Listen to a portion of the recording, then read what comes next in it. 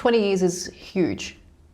Have you kept a tally of how many patients you've been able to assist? Clinically, it would have to be tens of thousands over the last 20 years. It's a long time.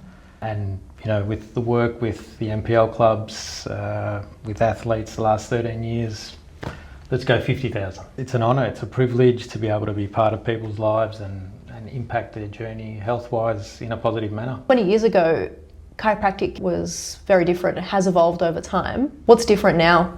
I think the big difference is patients' mindsets have evolved. They're more in tune with their health. They're far more educated. They're not looking for a quick fix, the majority of people. They're looking for something that's a little bit more sustainable as opposed to just popping a pill. And I think, chiropractors also need to evolve and have to be able to communicate the benefits of chiropractic care and how it can influence overall health and wellbeing. I think the profession really hasn't evolved. The philosophy is still the same and has been the same for over 100 years, and will continue to be the same.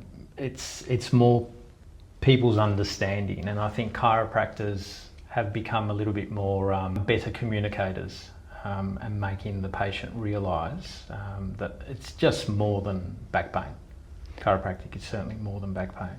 I guess it helps that the public has so much more access to information through technology, and they can do their own research, and they can go on Google or ChatGPT and look up things before they make a step towards anything in their health or making a decision about their health. And for people who are in their 30s who want to be healthy and strong in their 60s, what advice would you give them? What do they need to do from now?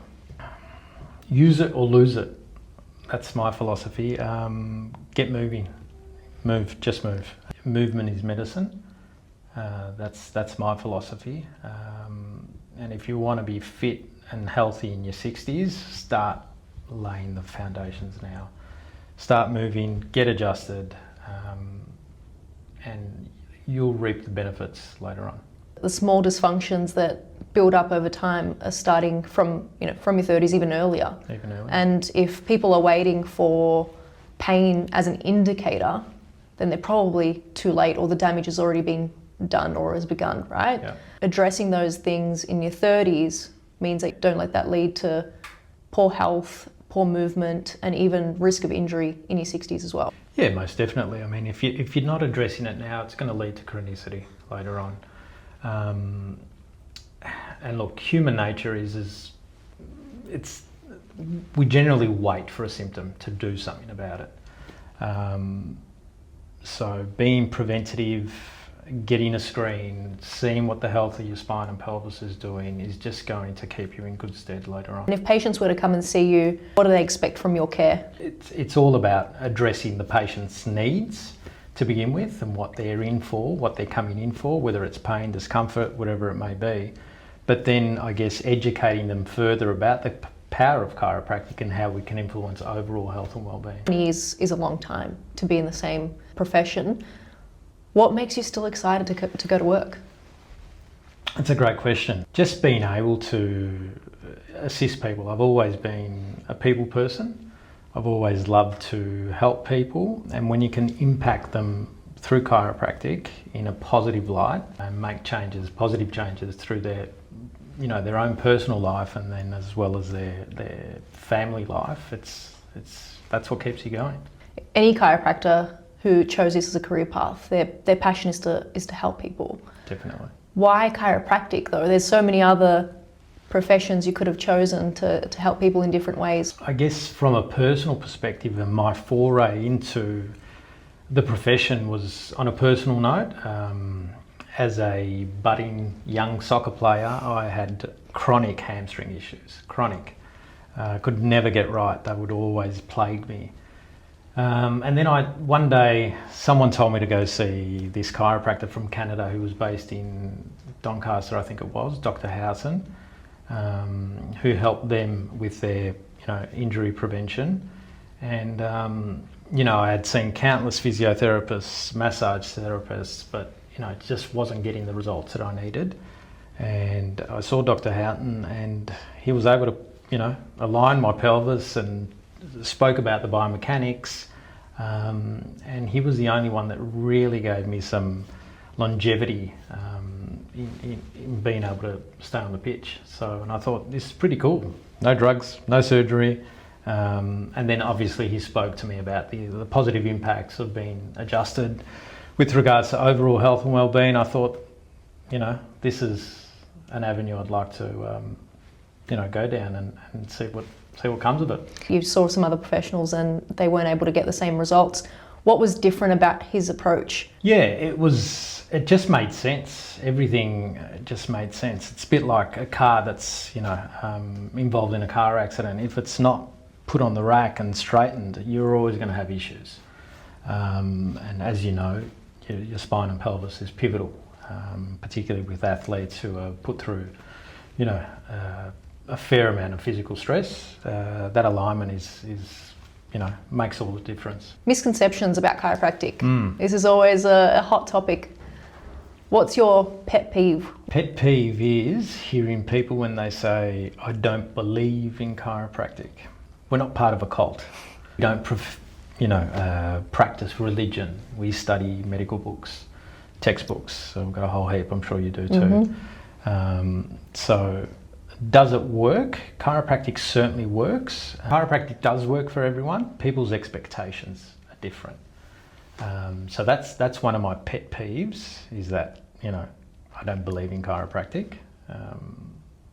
It's, like I said, it's not a religion, it's science-backed.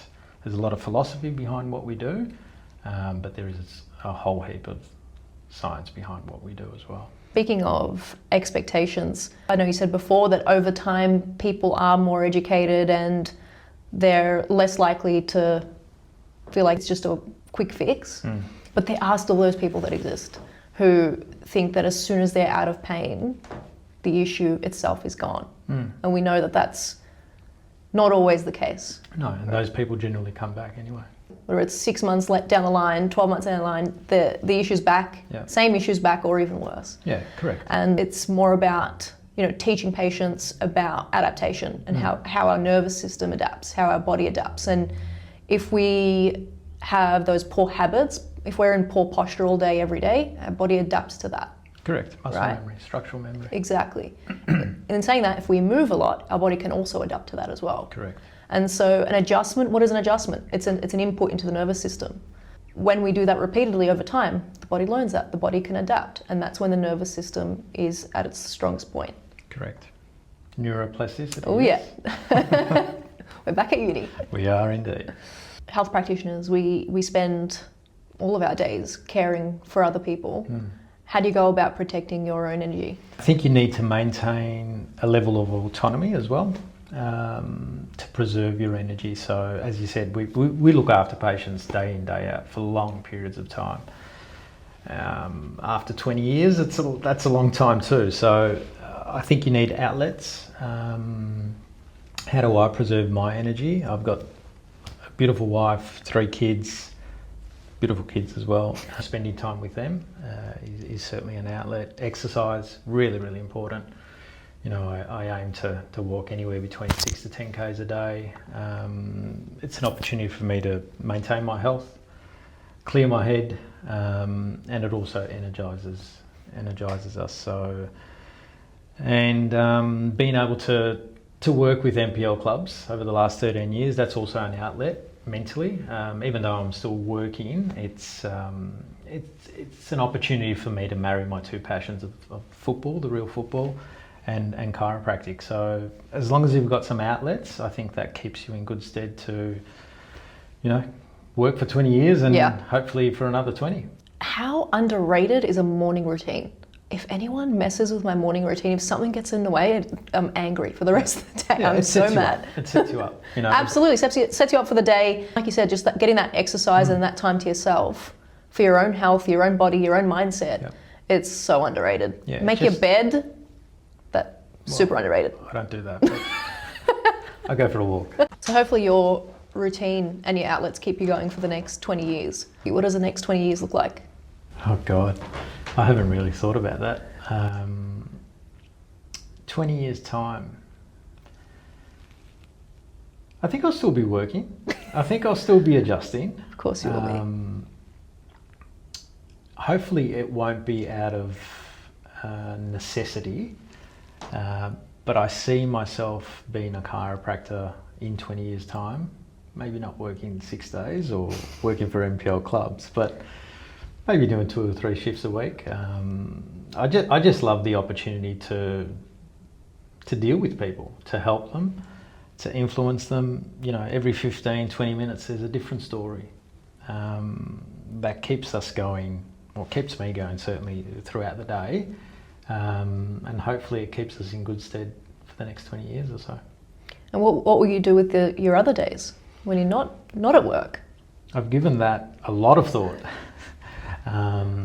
Travel, definitely travel, spending time with my wife and kids, and I guess setting them up for a bright and beautiful future.